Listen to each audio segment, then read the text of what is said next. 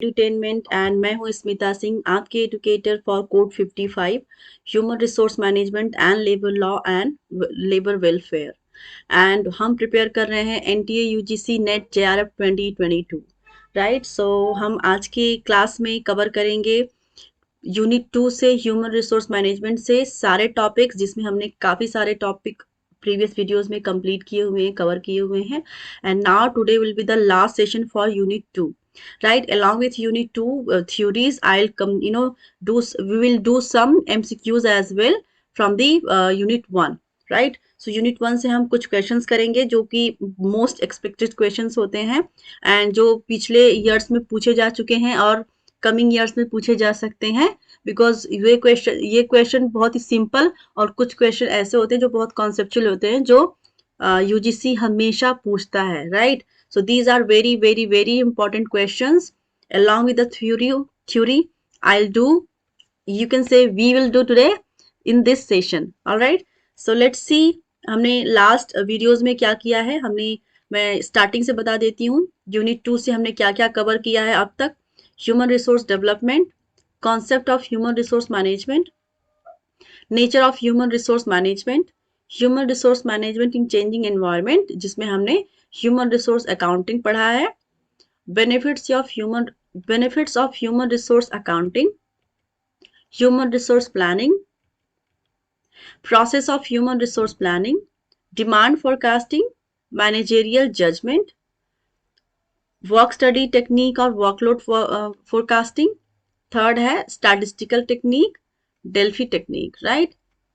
And now supply forecasting, job analysis, purpose of job analysis, performance analysis, training and development, compensation management, job designing and redesigning, ये सारे topics बहुत important topics हैं जिससे questions बनते हैं, one liner questions बनते हैं, direct questions बनते हैं।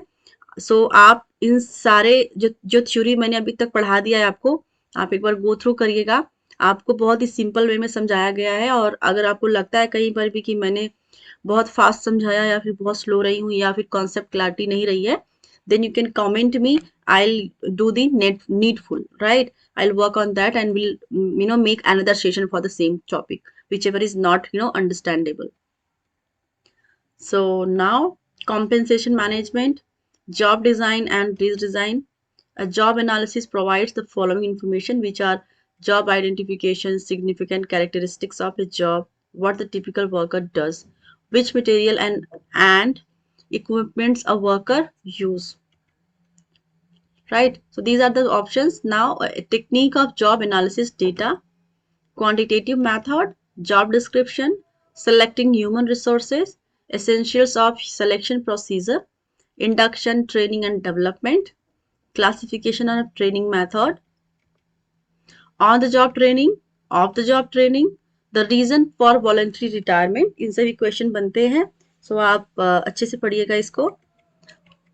Performance appraisal and evaluation, what should be rated, approaches to performance appraisal, traditional method है जिसमें ट्रेडिशनल मेथड में हमने पढ़ा है straight ranking method, paired comparison method, graphic or linear rating scales, and forced choice distribution system, free from essay method as well, checklist method, right? And modern method में हमने क्या पढ़ा है?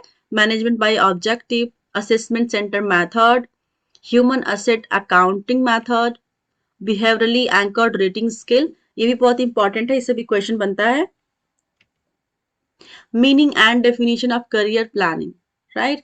And now career anchors, nature of career planning, career path, need of HRM, benchmarking, types of benchmarking process, benefits, six sigma भी हमने पढ़ा है, इससे भी क्वेश्चन आता है, ठीक है। सिक्स सिग्मा में हमने पढ़ा था कि DMAIC क्या है, DMADV क्या है। Now we'll study Kaizen, right? What is Kaizen? So let's start with Kaizen, right? So Kaizen is a Japanese term meaning change for the better or continuous improvement. It is a Japanese business philosophy regarding the process that continuous improve operations and involve all employees. Kaizen sees improvement in productivity as a gradual and methodical process. Following are the main elements. So क्या मतलब है Kaizen का?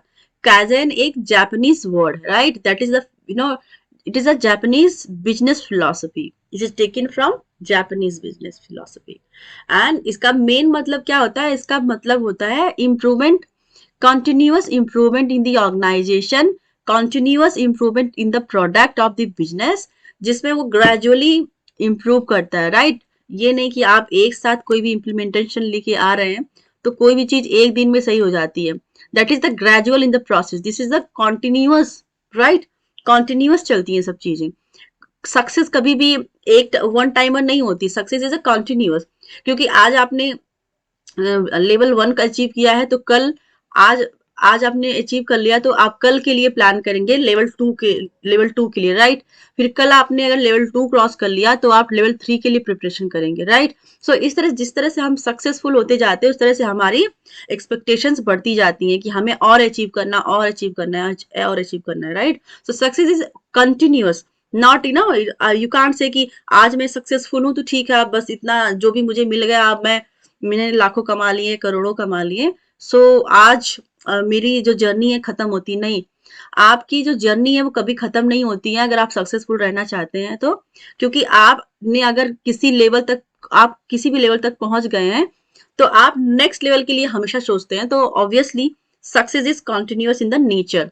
So obviously in that way continuous improvement is required in any organization, right? So as an you can say, आप organisation level पे देखें तो उसके लिए भी, आप इंडिविजुअली देखें तो उनके लिए भी, चाहे individual level, organisational level, group level, सबके लिए कंटिन्यूअस इंप्रूवमेंट की जरूरत होती है, इन विच आप उसके लिए एफर्ट्स करते रहते हैं, राइट? आप उसके लिए प्लान्स करते हैं, एफर्ट्स करते हैं, right? So this is the kaizen.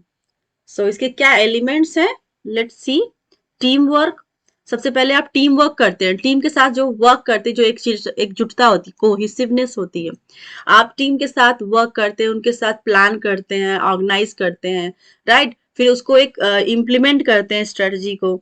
सो इस तरह से आप कंटिन्यूअस इंप्रूवमेंट के एक फ्लो में चलते हैं, right? So next one is personal discipline. So इन सब चीजों को करने के लिए पर्सनल डिसिप्लिन होना बहुत जरूरी है. एक इंडिविजुअल लेवल पे आप किसी ऑर्गेनाइजेशन को ज्वाइन करते हैं, वहां पे आप जाते हैं तो आपका सबसे पहले होता है कि आपके अंदर डिसिप्लिन होना चाहिए काम को खत्म करने का. आप टाइम पे पहुंचते हैं, टाइम से काम स्टार्ट करते हैं, टाइमली अपने प्रोजेक्ट को सबमिट करते हैं.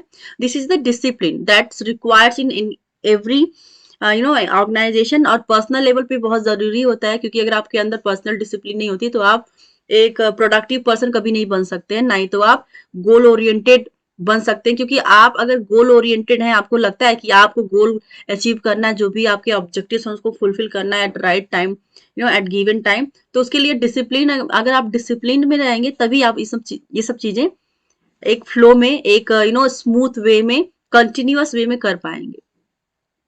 Third one is improved morale. Morale का मतलब होता है कि यहाँ पर आपने काम किया और आपको कोई अप्रिसिएशन नहीं मिल रहा है, राइट? आपके मैनेजर को लगता है कि ठीक है, आपने जो भी काम किया है उसके लिए, आप सपोज आपने लेवल 1 का अचीव कर लिया है, लेकिन मैनेजर को क्या लगता है कि नहीं, उसको A+ होना चाहिए. उसने लेवल 1 किया है, लेवल A किया है, लेकिन उसको A+ होना चाहिए. वो आपको कभी अप्रिसिएट नहीं करता है. लेकिन जहां पर मैनेजर आपको अप्रिसिएट करने लगता है, आपका मोरल हाई हो जाता है, आप उस चीज को और करने की कोशिश करते हो, इवन आप बेहतर करने की कोशिश करते हैं. So that is the improved moral. आप जब किसी से अप्रेज होते हैं, आपको कोई कमेंट करता है, आपको बहुत ज्यादा अप्रिसिएट करता है, तो आपका उससे मोरल हाई होता है और आप अचीवमेंट की तरफ बढ़ते हैं, right? This is the improved moral. इससे इम्प्रूव होता है आपका मोरल. आपका जो इच्छा शक्ति होती है, जो आपका काम करने की जो लगन होती है, जो मेहनत आप करते हैं, उसके लिए आप और ज्यादा मोटिवेटेड होते हैं. Quality circles. Quality circles means कि आप जब कहीं भी काम करते हैं तो ऑब्वियसली आपने जो प्रोडक्ट लॉन्च किया as an organisation level, if you are talking, organisation का क्या मेन मोटो होता है कि वो क्वालिटी मेंटेन करे अपनी प्रोडक्ट की, राइट? अगर उसने क्वालिटी मेंटेन नहीं किया है तो वो लॉन्ग टाइम तक के लिए मार्केट में सस्टेन नहीं रह सकता है, राइट? क्योंकि आप देख रहे हैं कि आज के दौर में बहुत ज्यादा कंपटीशन है। अगर जिन्होंने क्वांटिटी पे सिर्फ फोकस किया तो वो क्वालिटी नहीं मेंटेन कर पाते हैं, और जो लोग क्वांटिटी पे फोकस करते हैं वो क्वांटिटी नहीं मेंटेन कर पाते हैं। सो दोनों का एक तालमेल होना जरूरी है, क्वालिटी एंड क्वांटिटी का। और मोस्ट स्पेसिफिक इज कि आपकी क्वालिटी होनी चाहिए। अगर आपके प्रोडक्ट में कोई क्वालिटी नहीं है तो वो ज्यादा देर तक सस्टेन नहीं रहने वाला है। सो इसलिए quality should be maintain, that is the quality circle.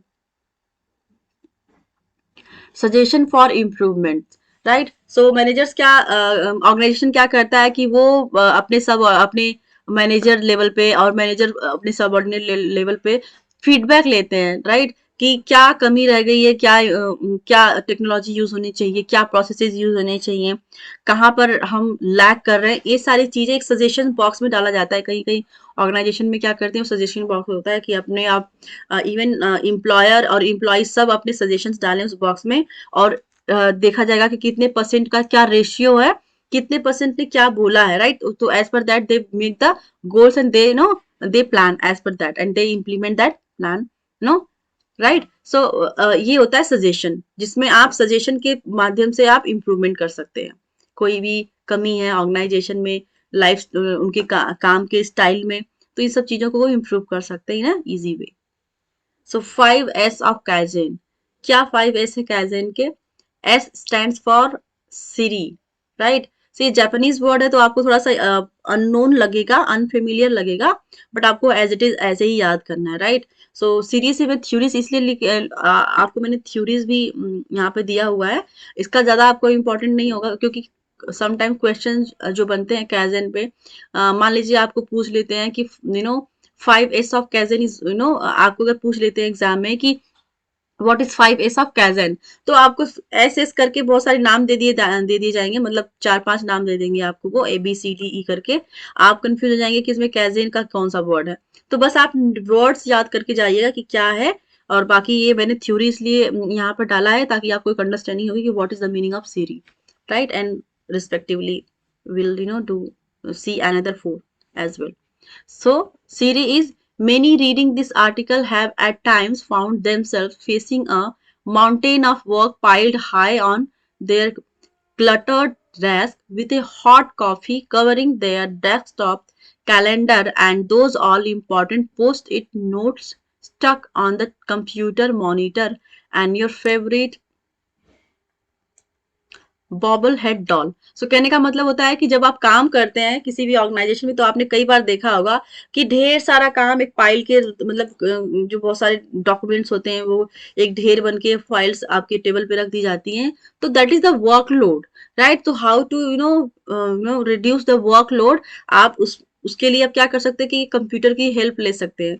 पहले के जमाने में क्या होता था कि कंप्यूटर नहीं थे, तो जो काम होते थे, जो थोड़े से भी काम होते थे, कि बहुत टाइम लगता था, उन बहुत सारे फाइल्स की ढेर बन जाती थी उनको खत्म करने में, क्योंकि वो प्रॉपर मैनुअल काम करते थे। लेकिन आज की डेट में वो सारे काम बहुत ईजी हो गए। अब वो चीजें नहीं रह गई कि आपके डेस्क पे बहुत सारा काम है और वो बहुत टाइम से पेंडिंग पड़ा हुआ है, नहीं।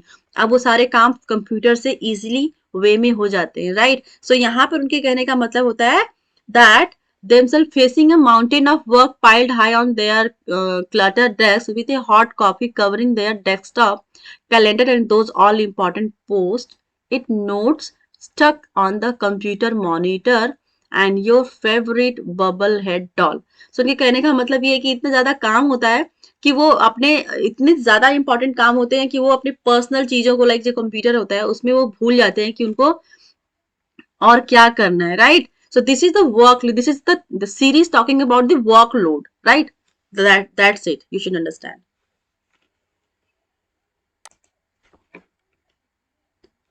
As session, Siri, and next is session. Session is the process of placing object in the right place for action in a supermarket. Session takes place every time products are rotated on shelves, making it easier for shoppers to grab products that might otherwise expire and lead to greater inefficiencies when they must be removed and discarded. So इसके कहने का मतलब होता है कि this is the place object in the right place for action, right? कि आप सही चीज को सही जगह पे रखें, this is the season, right? सही चीज को सही जगह पे रहना चाहिए, रखा जाना चाहिए, ना कि आप कोई भी चीज है आपने उसको उठाकर यहाँ रख दिया, यहाँ से वहां रखा, वहां से वहां रखा, तो इस तरह से वो क्या होता है कि वो यूज में तो नहीं आता, बट वो एक्सपायर हो जाता है, तो वो यूज में भी नहीं आता और एक्सपायर हो जाता है, और वो किसी के यूज में फिर नहीं रह जाता है। तो right things should be placed at the right place. So कहने का मतलब ये है कि राइट सही चीज को सही जगह पे प्लेस करना चाहिए ताकि वो एक्सपायर ना हो जाए, अनप्रोडक्टिव ना हो जाए। Now third S is seesaw. Seesaw is based on the notion that a clean workplace is safer, has less distraction, and is more rigorously maintained. Since the act of cleaning requires close inspection of the items being cleaned.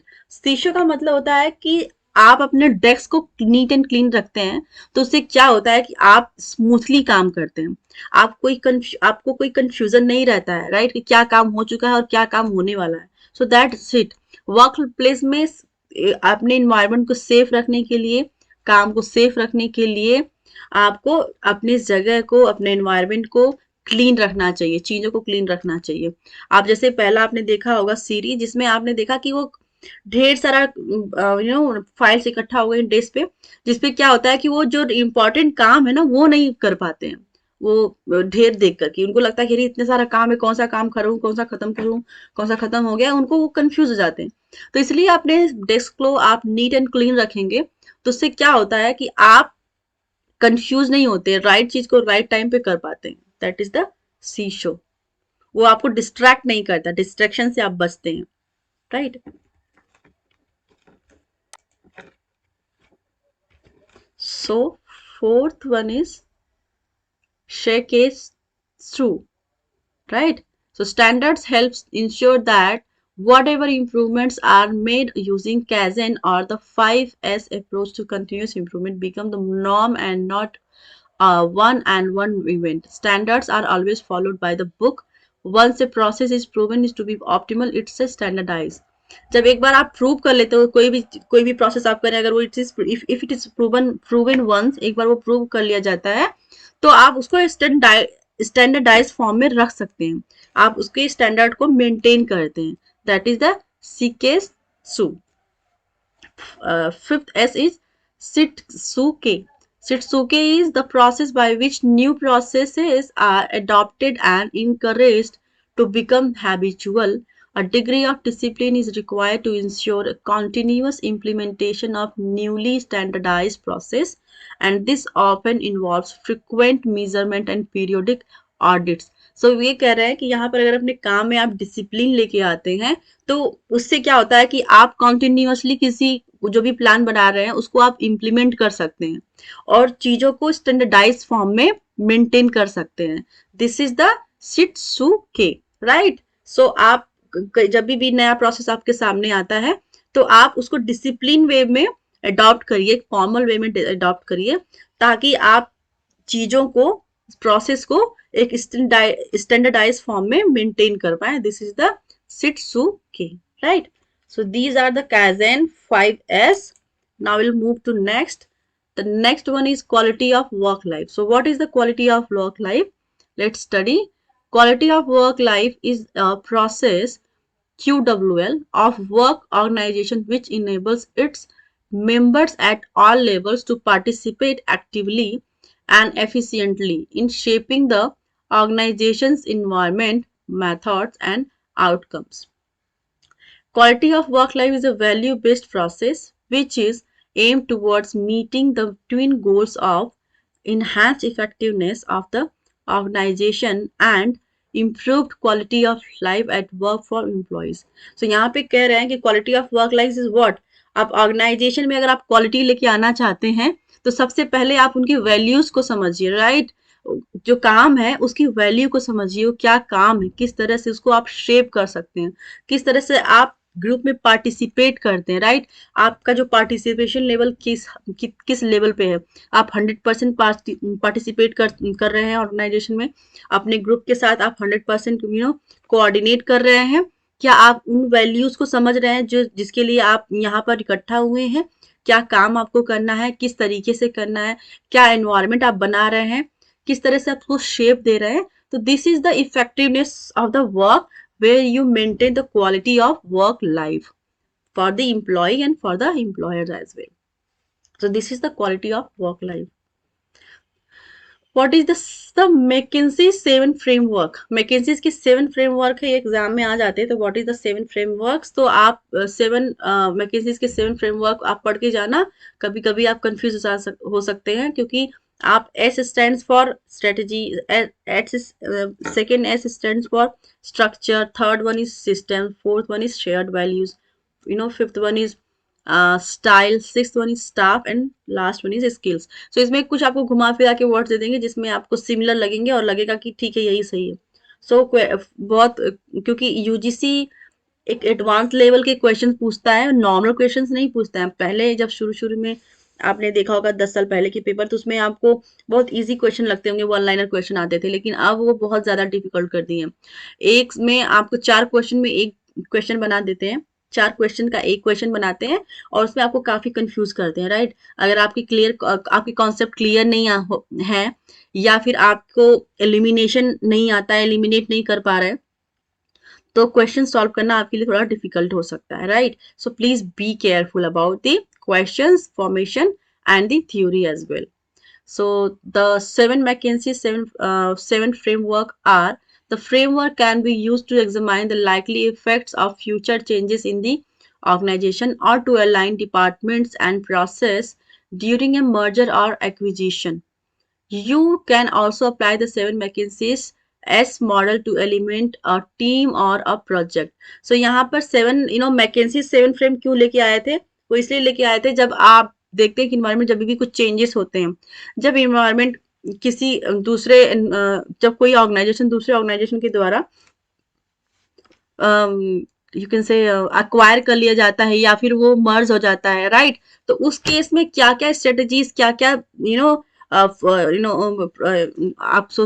तरीके follow होने चाहिए, वो यहाँ पर उन्होंने दिया हुआ है. तो सबसे पहले आप स्ट्रेटजी भी देखते हैं कि क्या उनकी स्ट्रेटजी है, राइट. क्या स्ट्रेटजी मेंटेन करनी है आफ्टर द मर्जर ऑफ और आफ्टर द एक्विजिशन. स्ट्रक्चर क्या है, फिर आप देखेंगे कि what is the system, and then after you see shared values. क्या वैल्यूज आप शेयर कर रहे हैं, राइट. क्या वैल्यूज हैं, क्या एथिक्स है. देन स्टाइल, किस स्टाइल में काम कर रहे हैं, क्या तरीका है. देन स्टाफिंग कैसे करते हैं, ठीक है. क्या स्टाफिंग है, कितने लोग हैं, किस तरह के लोग हैं, कितने स्किल्ड हैं, कितने अनस्किल्ड हैं. सो this is the staff. And skills, कितने स्किलफुल पर्सन है, लाइक स्टाफ जो भी मैन पावर है ऑर्गेनाइजेशन में वो कितने स्किल्ड है, ठीक है. सपोज हमें जो टेक्नोलॉजी हम यूज कर रहे हैं, क्या उसके लिए वो स्किल्ड पीपल हैं या फिर वो अनस्किल्ड है, उनको ट्रेनिंग की जरूरत है या फिर उनको आप उनके साथ सर्वाइव नहीं कर सकते, या तो आप उनको ले ऑफ कर दीजिए, या तो उनको आप उनको बोलिए कि ठीक है आप वॉलंटरी रिटायरमेंट ले लीजिए. अगर उनकी एज हो चुकी है ऑलमोस्ट, तो आप उनको रिटायरमेंट देते हैं मर्जर के टाइम पे, राइट. हमने पिछले वीडियोस में पढ़ा था कि what is the voluntary retirement. Voluntary retirement एक रीजन ये भी था कि जब कभी भी एक्विजिशन होता है, ऑर्गेनाइजेशन कोई ऑर्गेनाइजेशन किसी और ऑर्गेनाइजेशन के द्वारा एक्वायर कर लिया जाता है या फिर दो ऑर्गेनाइजेशन एक दूसरे से मर्ज होते हैं, तो उस केस में भी वॉलंटरी रिटायरमेंट आता है कि जब जो ऐसे स्टाफ जो एक रिटायरमेंट से पहले की बात होती है, लाइक वो रिटायरमेंट होने वाले होते हैं लेकिन उनका टाइम पीरियड अभी आया नहीं है, but still company wants that you take retirement, voluntary retirement, in which will pay you out whatever is your compensation will pay you out and you can take leave from the organisation. क्योंकि उनको ये लगता है कभी कभी उनके पास वो skills नहीं होती हैं जो टेक्नोलॉजी न्यू मर्जर्स फॉलो करने जा रहे हैं. So that's why they give them the voluntary retirement. So ये भी एक रीजन हो सकता है कि आपके अंदर अगर स्किल्स की कमी है तो आपको कंपनी ले ऑफ कर सकती है, रिट्रेंच कर सकती है या फिर आपको रिटायर कर सकती है from the organisation with the proper compensation, with the whole compensation. So these are the 7 McKinsey's framework. Now we'll study business process re-engineering.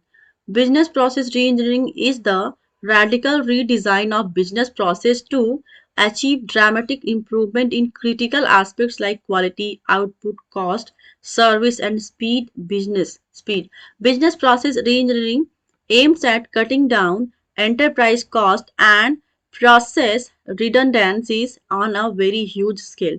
So री इंजीनियरिंग का मतलब होता है कि आप रीडिजाइन कर रहे हैं बिजनेस को, अपने प्रोसेस को री नो अलाइन कर रहे हैं, जिससे कि आप क्वालिटी मेंटेन कर पाए ऑर्गेनाइजेशन में, क्या आउटपुट आ रहा है, किस लेवल पे आ रहा है उसको देख पाए, कॉस्ट इफेक्टिवनेस को देख पाए, सर्विसेज देख पाए क्या सर्विसेज दे रहे हैं, एंड स्पीड ऑब्वियसली किस स्पीड में आप ये सारी चीजें कर रहे हैं, किस स्पीड में आपको आउटपुट आ रहा है, कितना हमारा ऑर्गेनाइजेशन प्रोडक्टिव है, you will see all those things, right. So इसमें क्या होता है, री इंजीनियरिंग में क्या होता है कि sometimes you cutting down the enterprise cost and process redundancies, कि क्या चीजें एक्स्ट्रा है जो नहीं होनी चाहिए, उन चीजों को भी आप हटाते हैं, एलिमिनेट करते हैं, उनको कट डाउन करते हैं, right. So this is the business process री engineering, right. So for today that is it.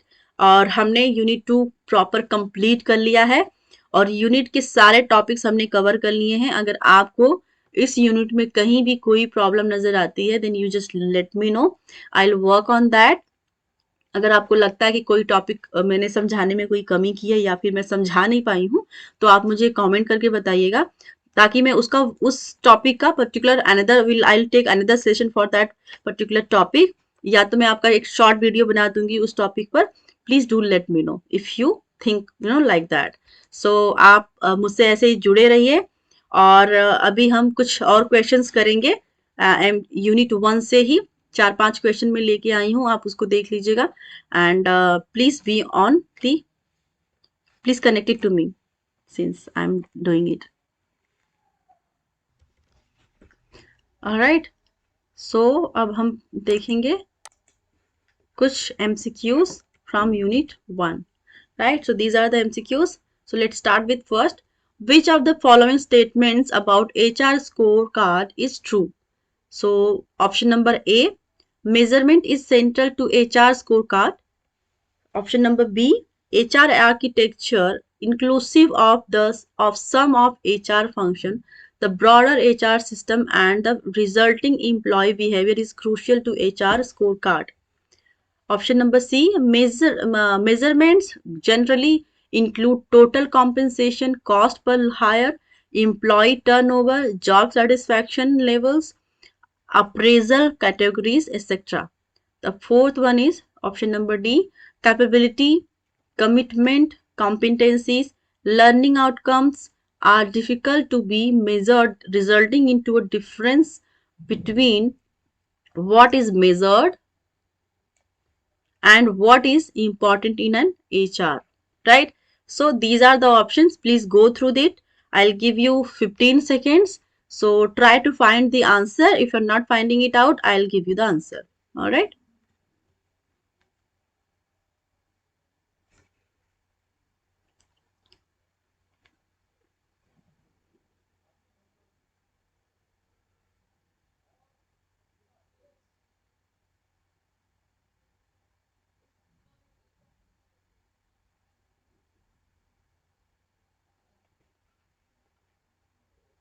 So let's move to the answer. So these are the codes. Option number A and D. 2, A, C or D. Third, A, B और D. Fourth, A, B, C और D. इनमें से क्या सही है? मैं एक बार फिर से क्वेश्चन दिखा देती हूँ आपको. Please go through it.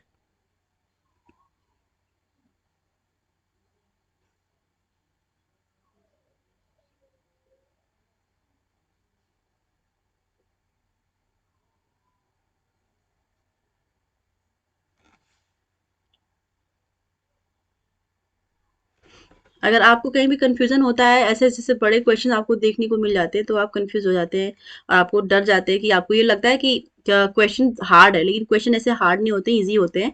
आप ध्यान से पढ़ेंगे तो आपको समझ में आ जाएगा. वैसे ये क्वेश्चन इजी है. इसमें ऑल ऑफ द एबव होगा, लाइक आपको A, B, C and D all are the correct answers, right. तो ये सारे आंसर्स करेक्ट है. आप देखेंगे कि measurement is central to HR score card, that is correct. HR architecture inclusive of some of HR function, the broader HR system and the resulting employee behavior is crucial to HR scorecard, that is correct. Measurement generally include total compensation, cost per hire, employee turnover, job satisfaction levels, appraisal categories, etc. Capability, commitment, competency, learning outcomes are difficult to be measured, resulting into a difference between what is measured and what is important in HR। सो ये सारे options correct है, सो option number D is correct. A, B, C and D all are the correct options. Now we'll move to next question. That is question number 2. Which of the following method of forecasting is based on the principle that decisions from a structured group of individuals are more accurate than those from unstructured groups? Let me read it again. Which of the following method of forecasting is based on the principles that decisions from a structured group of individuals are more accurate than those from unstructured group? So इसमें से आप answers देख लेंगे, sorry options देख लेंगे और then बताएंगे क्या करेक्ट ऑप्शन है। One is opinion poll, second Delphi technique, third extrapolation, fourth input output analysis, right? So ये सारे चार options है. Please go through it and see which one is the correct. I am giving you 15 seconds.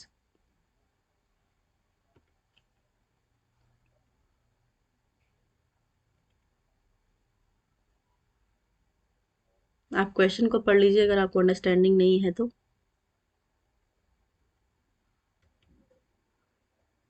Right, so I hope आपको right answer मिल गया होगा। So the correct option is option number 2, Delphi technique. So, what is the Delphi technique?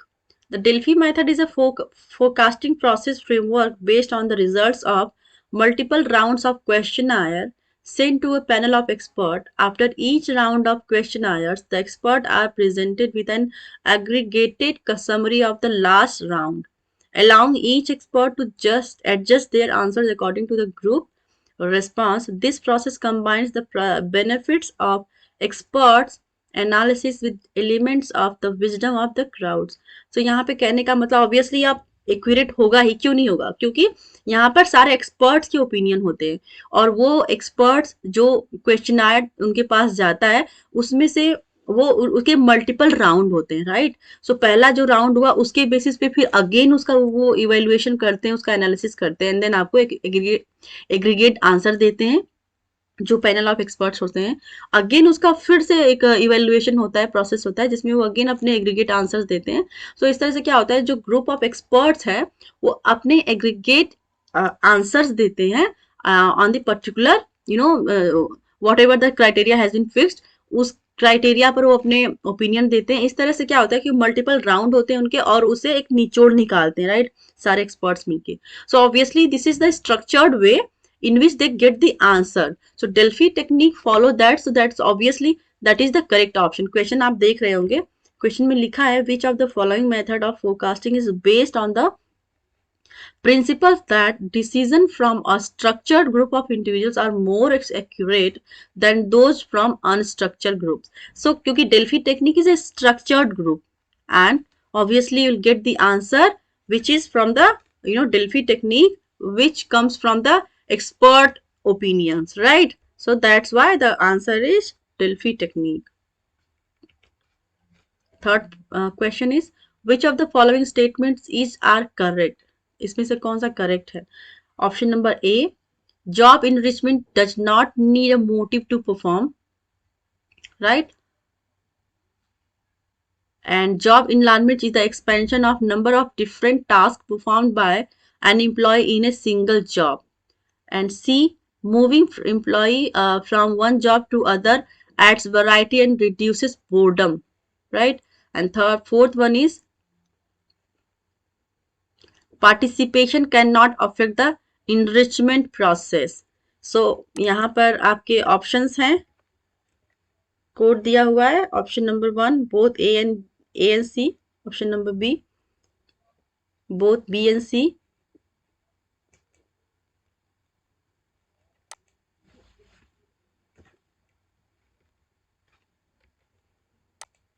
option number C 3 C only, and option number 4 all A, B, C and D, right? So which one is the correct option?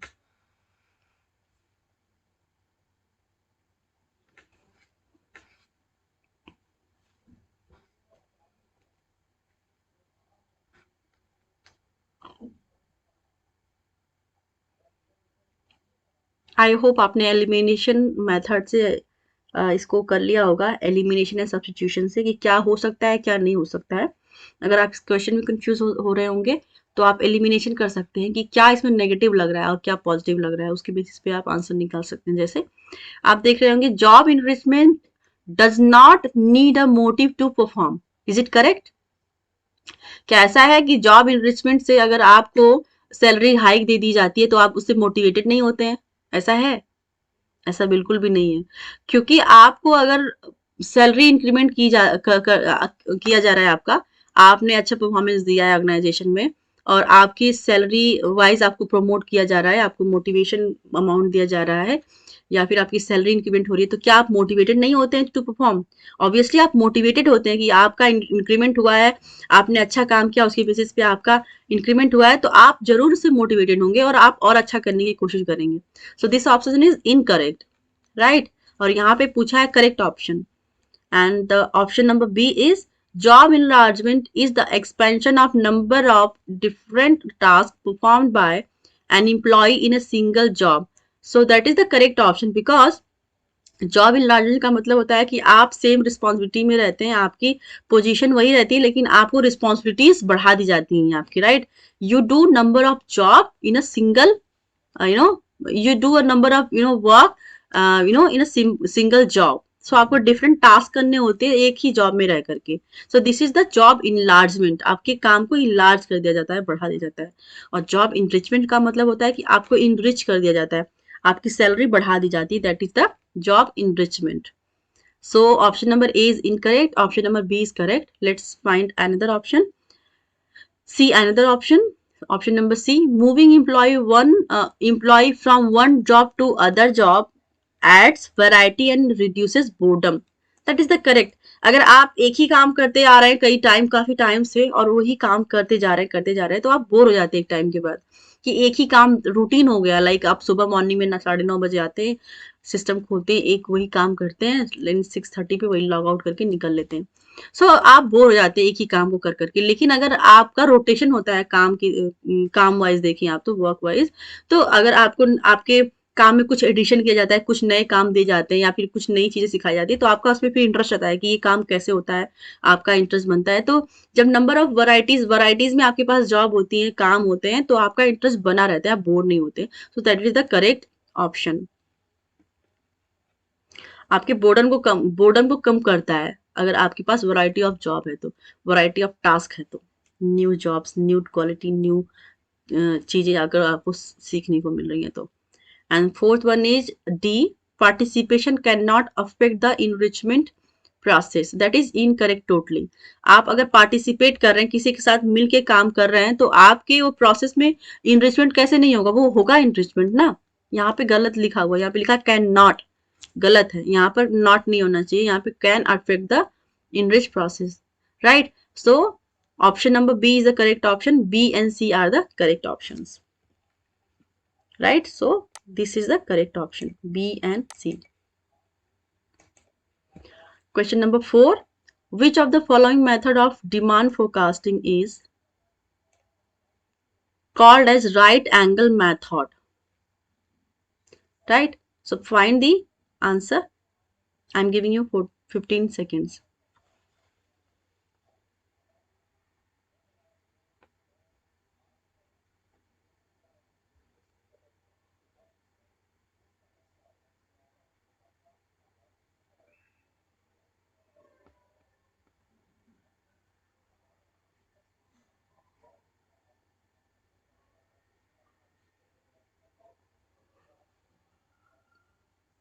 So correct answer is option number C, managerial judgment.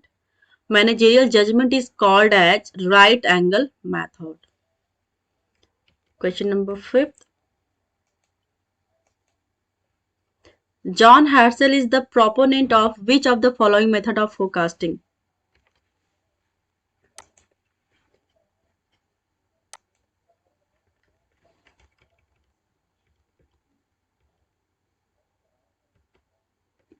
John Herschel is the proponent of which of the following method of forecasting? Option number A, flow models. Option number B, econometric model. option number C, Burex-Smith model, and option number D, scatter diagram. So John Herschel is proponent of which of the following method of forecasting? You have to find the answer.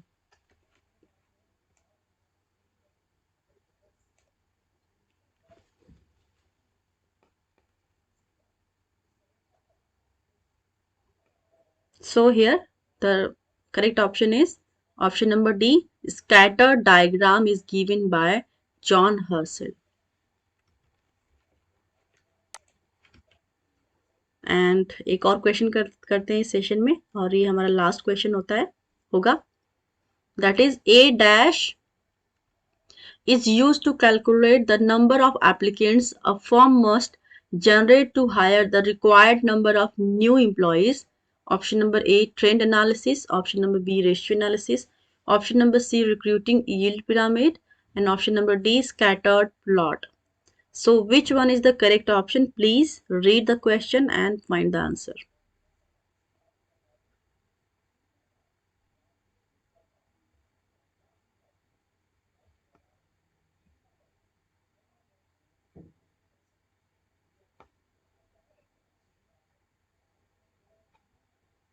Yeah. So correct option is recruiting yield pyramid is used to calculate the number of applicants a firm must generate to hire the required number of new employees. So this is the correct option. Option number C, recruiting yield pyramid. This is the correct option, right? So आज के session के लिए इतना ही, और आपको अगर मेरा video अच्छा लगता है तो आप मेरे चैनल को सब्सक्राइब करिए, ताकि आपको ऐसे ही अच्छे वीडियोस मैं लेके आती रहूं, और आप उसका ऑब्वियसली आपके लिए वो बेनिफिटेड रहे, आप उससे मेरे वीडियोस से आप बेनिफिट उठा सकें और अपने एग्जाम को क्रैक कर पाएं। एंड अपने फ्रेंड सर्कल में शेयर करिए मेरे वीडियोस को, लाइक करिए एंड सब्सक्राइब करिए चैनल को।